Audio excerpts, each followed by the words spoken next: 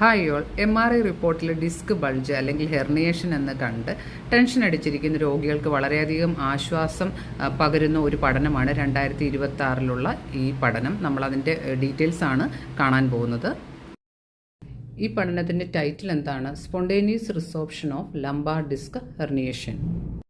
ഇത് പബ്ലിഷ് ചെയ്തിരിക്കുന്നത് 2026 journal neuroscience volume 7 issue 2. ആരാണ് പഠനം നടത്തിയത്? സെർബിയയിലെ യൂണിവേഴ്സിറ്റി ഓഫ് നോവി സാദിലെ ന്യൂറോ സർജറി, റേഡിയോളജി വിഭാഗങ്ങളിലെ വിദഗ്ധരാണ് ഈ പഠനം നടത്തിയത്. പഠനത്തിൻ്റെ രീതി എന്താണ്? ഇതൊരു നെറേറ്റീവ് റിവ്യൂ ആണ്. അതായത് ലോകമെമ്പാടുമുള്ള ഈ സിമിലർ ആയിട്ടുള്ള നിരവധി പഠനങ്ങൾ, അത് എക്സ്പെരിമെൻ്റൽ, ഇമേജിംഗ്, ക്ലിനിക്കൽ, അതിനെല്ലാം കോർത്തിണക്കി തയ്യാറാക്കിയ ഒരു ആധികാരിക റിപ്പോർട്ടാണ് ഇത്. എത്ര പഠനങ്ങൾ ഉൾപ്പെടുത്തി? ഏകദേശം 100-ലധികം ശാസ്ത്രീയ പഠനങ്ങളും ഗവേഷണ പ്രബന്ധങ്ങളെയും ആസ്പദമാക്കിയാണ് ഈ റിവ്യൂ തയ്യാറാക്കിയത്. ഇനി ഇതിൻ്റെ പഠന രീതി അല്ലെങ്കിൽ മെത്തഡോളജി എങ്ങനെയാണ്? രോഗികളുടെ MRI, CT സ്കാനുകൾ, ലാബുകളിൽ നടന്ന കോശ പഠനങ്ങൾ അല്ലെങ്കിൽ ഹിസ്റ്റോളജി പഠനങ്ങൾ, പിന്നെ സർജറി കൂടാതെ സുഖപ്പെട്ടവരുണ്ടല്ലോ അവരുടെ ക്ലിനിക്കൽ റിപ്പോർട്ട്, ഇവയൊക്കെ ഈ ഗവേഷകർ നല്ലതുപോലെ വിശകലനം ചെയ്തു. എങ്ങനെയാണ് ഡിസ്ക് അലിഞ്ഞു പോകുന്നത് അല്ലെങ്കിൽ അതിൻ്റെ ബയോളജിക്കൽ പ്രക്രിയ എന്താണ് എന്നൊക്കെ മനസ്സിലാക്കിയാണ് ഇവർ ചെയ്തത്. ഇനി ഈ പഠനത്തിൻ്റെ റിസൾട്ട് എന്തായിരുന്നു? അതായത് നാച്ചുറൽ ഹീലിംഗ്. ഡിസ്ക് പുറത്തേക്ക് വരുന്ന ഒരു മെക്കാനിക്കൽ തകരാറ് മാത്രമല്ല, ശരീരത്തിന് തന്നെ പരിഹരിക്കാനുള്ള സാധ്യത ഉണ്ട് എന്നാണ് അവർ കണ്ടെത്തിയത്.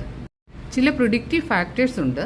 അതായത് പ്രായം കുറഞ്ഞവരിലും ഡിസ്ക് കൂടുതൽ പുറത്തേക്ക് തള്ളിയവരിലും, എക്സ്ട്രൂഡഡ് ഡിസ്ക്, സെക്വിസ്റ്റേർഡ് ഡിസ്ക്, അവർക്കൊക്കെ സുഖപ്പെടാനുള്ള സാധ്യത വളരെ കൂടുതലാണെന്നാണ് കണ്ടെത്തിയത്.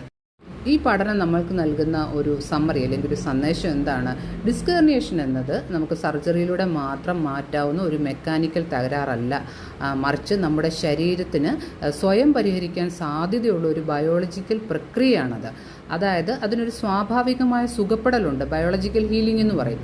ഈ നട്ടലിൽ നിന്ന് പുറത്തു വന്ന ഡിസ്ക് ഭാഗത്തെ നമ്മുടെ ശരീരത്തിനൊരു പ്രതിരോധ സംവിധാനമുണ്ട്, ഒരു ഇമ്മ്യൂൺ സിസ്റ്റം.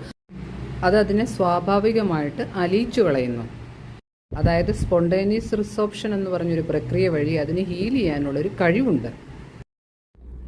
എന്താണെങ്കിലും നമ്മൾക്കൊരു ഡിസ്ക് പ്രശ്നമുണ്ടെങ്കിൽ നമ്മൾ ഡോക്ടറെ കൺസൾട്ട് ചെയ്യുക. എന്താണെന്ന് വെച്ചാൽ റെഡ് ഫ്ലാഗ്സ്, അതായത് നമ്മൾ ഈ സ്ക്രീനിൽ കാണുന്നതാണ് റെഡ് ഫ്ലാഗ്സ്. ഈ റെഡ് ഫ്ലാഗ്സ് ഇല്ലെന്നുണ്ടെങ്കിൽ ഒരു 6 മുതൽ 12 ആഴ്ച വരെ വിശ്രമം എടുക്കുകയും ഫിസിയോതെറാപ്പി ചെയ്യുന്നത് നല്ലൊരു റിസൾട്ട്, അതായത് ഈ പറഞ്ഞ നാച്ചുറൽ ഹീലിംഗ് പ്രൊമോട്ട് ചെയ്യും.